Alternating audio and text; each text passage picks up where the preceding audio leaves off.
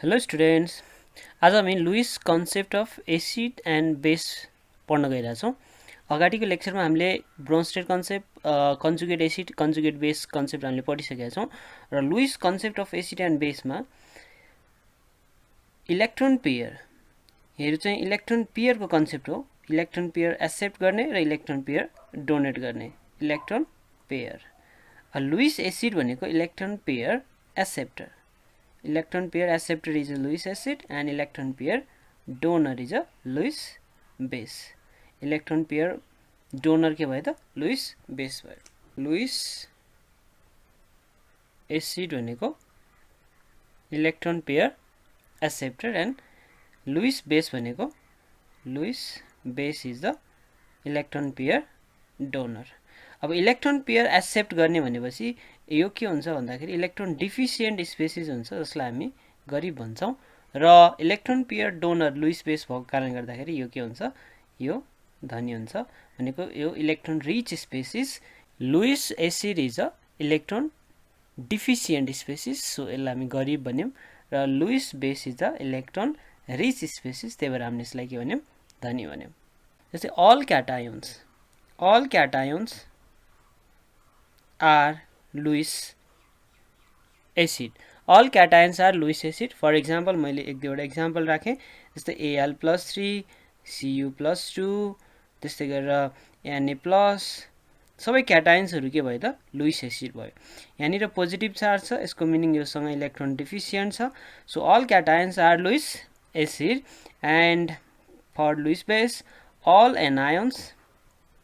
anions are Lewis base. For example, OH minus, Cn minus, NO3 minus, these are the Lewis base. Okay.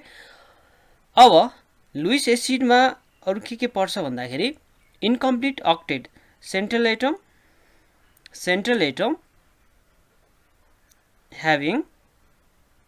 having incomplete octet।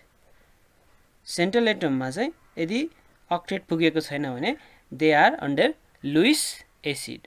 त्यस्तै गरेर एक्जाम्पलहरू हेरौँ, जस्तै BF3, AlCl3, SnCl2 etc पनि छन्। जस्तै यहाँनिर हेरौँ, boron BF3 boron trifluoride, aluminium chloride, stannous chloride, यिनीहरू चाहिँ केमा पर्यो भन्दाखेरि लुइस एसिडमा पर्यो र BF3 मा सेन्ट्रल एटम हुन्छ बोरोन। BF3 मा सेन्ट्रल एटम के छ त हामीसँग यहाँ बोरोन छ र बोरोनले तीनवटा फ्लोरिनसँग बोन्ड बनायो। यसरी हामी बोन्ड देखाउन सक्छौँ लुइस स्ट्रक्चरबाट। र बोरोन भनेको 13 ग्रुप 13 मा पर्छ र यो बोरोन फ्यामिलीमा बोरोन अल्मुनियम, बाल, गणेश इन थाइल्यान्ड, यो चाहिँ बोरोन फ्यामिली भयो TL। बाल गणेश इन थाइल्यान्ड, यिनीहरूको आउटर मोस्ट सेलमा तीनवटा मात्र इलेक्ट्रोन हुन्छ सबैको। त्यो कारणले गर्दाखेरि यो बोरोनले फ्लोरिनसँग यसरी बोन्ड बनाउँदाखेरि तीनवटै इलेक्ट्रोन यसको फिनिस्ड भयो। योसँग इलेक्ट्रोन छैन यो बोरोनसँग। अब यहाँनिर हेरौँ, यो बोरोनले बोन्ड बनायो, तीनटा बोन्ड बनायो र टोटल इलेक्ट्रोन कतिवटा भयो यहाँनिर 1 2 3 4 5 6 इलेक्ट्रोन भयो र यसले जम्मा कति इलेक्ट्रोन देखायो, 6 इलेक्ट्रोन। यसले अक्टेट फलो गरेन। त्यो कारणले गर्दाखेरि this is the electron deficient species. So BF3 लाई हामी इलेक्ट्रोन डिफिसिएन्ट स्पेसिस पनि भन्छौँ र यसले इलेक्ट्रोन पेयर एक्सेप्ट गरेर दुईवटा इलेक्ट्रोन चाहिँ एक्सेप्ट गरेर चाहिँ यसले बोन्ड बनाउन सक्छ। त्यो कारणले गर्दाखेरि यसलाई हामी के भन्छौँ त लुइस एसिड भन्छौँ। सो त्यस्तै गरेर AlCl3 को पनि सेम कुरा हो। यसरी नै हामी स्ट्रक्चर बनाउन सक्छौँ। अल्मुनियममा पनि कतिवटा इलेक्ट्रोन, यहाँनिर सेन्ट्रल एटममा एल्मुनियम सेन्ट्रल एटम हुँदाखेरि जम्मा 6वटा इलेक्ट्रोन देखिन्छ। त्यस्तै गरी SnCl2 लाई हेरौँ। SnCl2 मा मैले स्ट्रक्चर बनाएँ। SnCl को भ्यालेन्सी 1, सो एउटा बोन्ड बनायो, यहाँनिर एउटा बोन्ड बनायो। यहाँनिर इलेक्ट्रोन देखाइदिउँ 1 2 3 4। अब Sn भनेको कुन ग्रुपमा पर्छ हाम्रो? Sn भनेको 10 भयो। Sn भनेको 10 भयो। 10 भनेपछि हाम्रो कार्बन फ्यामिलीमा केमिस्ट्री, सर, गिभ, सनकी, प्रब्लम यो ग्रुपमा पर्यो हाम्रो। र यहाँनिर कार्बनको आउटर मोस्ट सेलमा 4 इलेक्ट्रोन हुन्छ आउटर मोस्ट सेलमा, त्यही भएर Sn को नि आउटर मोस्ट सेलमा कतिवटा इलेक्ट्रोन हुन्छ त सेम भनेको 4 इलेक्ट्रोन हुन्छ। र यहाँनिर 1 2 इलेक्ट्रोन गइसक्यो र रिमेनिङ कति छ SN सँग अब दुईटा इलेक्ट्रोन छ। अब यहाँनिर लोन पेयर त प्रेजेन्ट छ, SN सँग लोन पेयर छ, तर लोन पेयर भए पनि यसले चाहिँ इलेक्ट्रोन पेयर लुइस बेसको इलेक्ट्रोन पेयर डोनेटको अथवा लुइस बेसको काम गर्दैन, किनभने उसँग जम्मा 6 वटा इलेक्ट्रोन छ, ऊ आफै इलेक्ट्रोन पुगिरहेको छैन। त्यो कारणले गर्दाखेरि ओन्ली 6 इलेक्ट्रोन लोन पेयर भएर पनि लुइस बेस किन काम गर्दैन भन्दाखेरि उसँग अक्टेट फुलफिल छैन। यसरी पनि हामी हेर्न सक्छौँ। र अर्को तरिका के छ भन्दाखेरि लोन पेयर भएर पनि यदि उसको सराउन्डिङ एटम सेन्ट्रल एटम छँदैछ यहाँनिर SN, यसको सराउन्डिङ एटम मोर इलेक्ट्रोनेगेटिभ छ। यो के छ मोर इलेक्ट्रोनेगेटिभ छ। सराउन्डिङ एटम मोर इलेक्ट्रोनेगेटिभ भयो भने यसले लुइस बेसको काम गर्न सक्दैन। सो SnCl2 पनि हाम्रो के भयो त लुइस बेस भयो हैन, यो लुइस एसिड भयो। ओके, लुइस एसिड भयो। अब लुइस बेसलाई हेरौँ। लुइस बेसको लागि हामी हेरौँ electron pair donor are Lewis base भनेको धनी इलेक्ट्रोन रिच स्पेसिस, यसमा लोन पेयर प्रेजेन्स हुन्छ, presence of lone pair presence हुँदाखेरि पनि कसरी प्रेजेन्स हुन्छ त्यो पनि हामी यहाँ डिस्कस गर्नेछौँ। र all anions OH minus Cn minus NO3 minus are the Lewis base, and त्यस्तै गरेर central atom having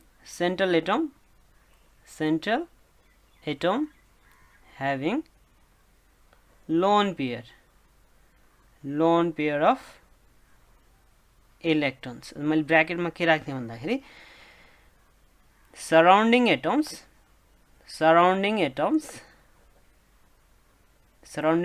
should be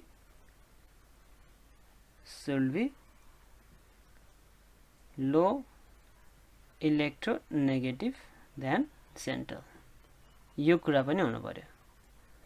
अघि हाम्रो के थियो भन्दाखेरि यस्तै SnCl2 मा चाहिँ हामीसँग सराउन्डिङ एटम्स मोर इलेक्ट्रोनेगेटिभ, योसँग लोन पेयर पनि थियो र सराउन्डिङ एटम मोर इलेक्ट्रोनेगेटिभ भएको कारणले गर्दाखेरि योसँग 6 वटा इलेक्ट्रोन पनि भयो, लोन पेयर भएर पनि यसको बाहिरको सराउन्डिङ एटम चाहिँ के छ त मोर इलेक्ट्रोनेगेटिभ छ सेन्ट्रल भन्दा। त्यो कारणले गर्दाखेरि यो लुइस बेस हुन सकेन, लुइस एसिड भयो।